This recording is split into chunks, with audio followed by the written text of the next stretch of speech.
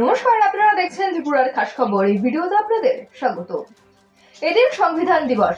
সংসদের উভয় কক্ষের যৌথ অধিবেশনে ভাষণ দিলেন রাষ্ট্রপতি দ্রৌপদী মুর্মু। তিনি বলেছেন, সংবিধান আমাদের সবচেয়ে বড় পবিত্র গ্রন্থ, আমাদের গণতান্ত্রিক মূল্যবোধের ভিত্তি। সংবিধান প্রণেতাদের স্মরণ করে তিনি 15 জন নারী সদস্যের অবদানের কথা স্মরণ করেন।